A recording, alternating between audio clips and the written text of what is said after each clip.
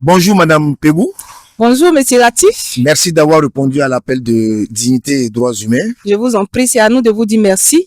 Merci aux médias Dignité et Droits Humains et à vous Monsieur Latif qui avez ce projet citoyen, celui de donner la voix aux citoyens et surtout aux femmes que nous sommes. Je vous remercie. Les femmes sont nos mères, donc nous avons obligation donc de vous soutenir. Merci. Alors, Madame la coordonnatrice, présentez-vous aux auditeurs de Dignité et Droits Humains.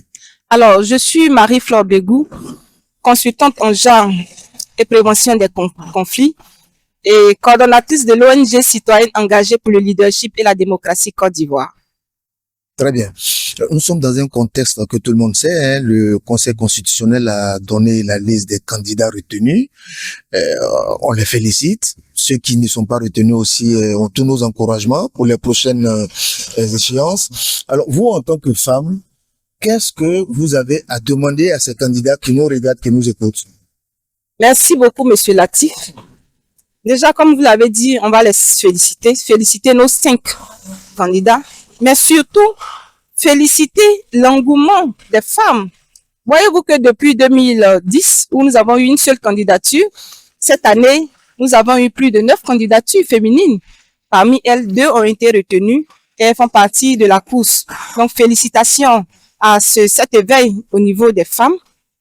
Et donc, nous, en tant que femmes, ce que nous voulons, c'est qu'il y ait plus de démocratie. Qu'est-ce que j'entends par démocratie? Quand j'invoque, quand j'en appelle aux différents piliers de la démocratie, on voit que la participation et l'inclusion sont des éléments fondamentaux pour une démocratie effective. À un petit niveau, nous observons qu'il y a encore beaucoup à faire. Certes, beaucoup ont été faits, mais il reste encore beaucoup à faire. Quand je dis qu'il reste encore beaucoup à faire, la Côte d'Ivoire est partie à plusieurs traités, à plusieurs instruments. Quand je cite Beijing 95, la CEDEF 1979, quand je cite le protocole de Maputo, ce sont des protocoles auxquels notre pays est parti. Et ce sont des protocoles qui promeuvent la participation des femmes dans toutes les instances de prise de décision et également la protection des droits des femmes.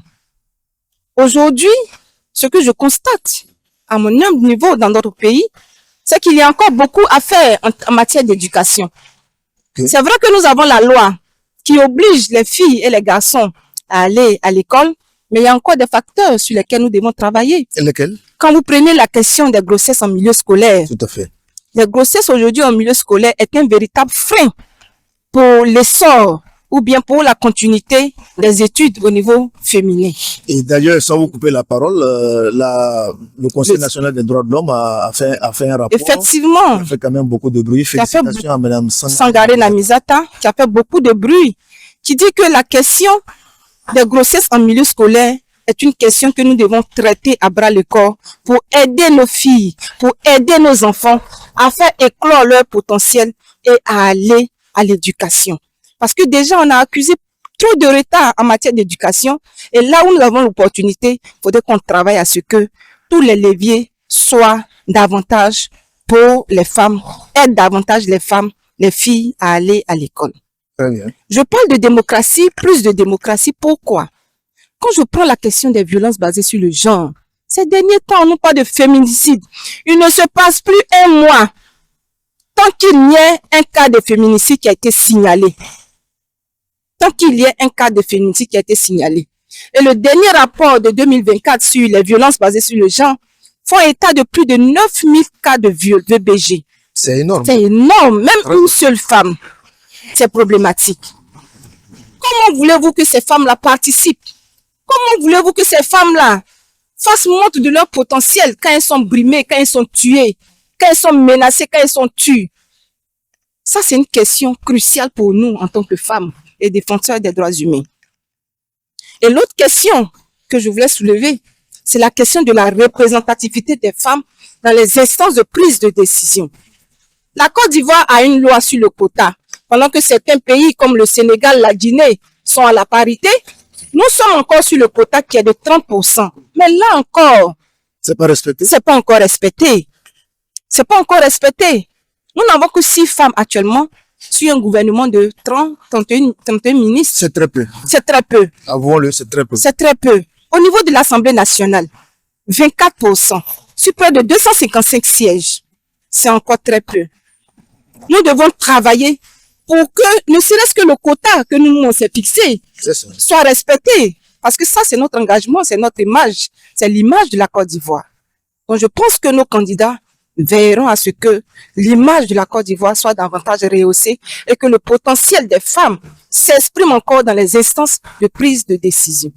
Alors, voici autant de sujets, Monsieur Latif, que je voulais soulever et soumettre à nos candidats. J'ai parlé de la question de l'éducation des femmes. J'ai parlé de la question des violences basées sur le genre. J'ai parlé de la question de la représentativité des femmes dans les instances de prise de décision. Mais tenez-vous bien, tout cela ne peut pas être possible si la femme elle-même n'est pas économiquement stable.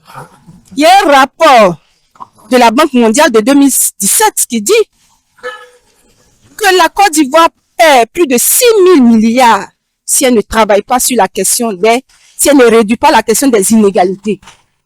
C'est-à-dire que les inégalités sont criardes en Côte d'Ivoire et notamment au niveau des femmes. Il y a un gap qui existe.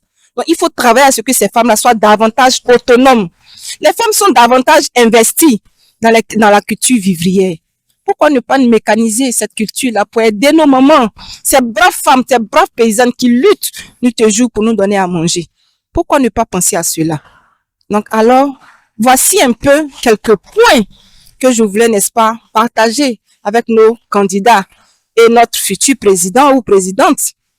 Alors, pour me résumer, Monsieur Latif, je dirais que nous, en tant que femmes, ce que nous voulons pour la participation des femmes, pour l'effectivité des femmes à participer au développement et à l'essor économique et politique de la Côte d'Ivoire, c'est que nos candidats aient un programme qui soit sensible à la question des violences basées sur le genre, sensible à la question de l'éducation, sensible à la question de la représentativité.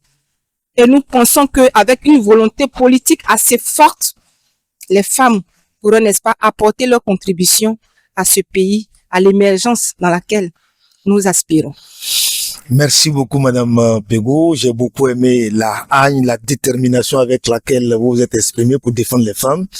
Sachez que Dignité et Droits humains est là pour vous accompagner.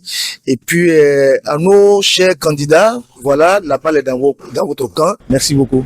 Merci beaucoup, Monsieur Latif.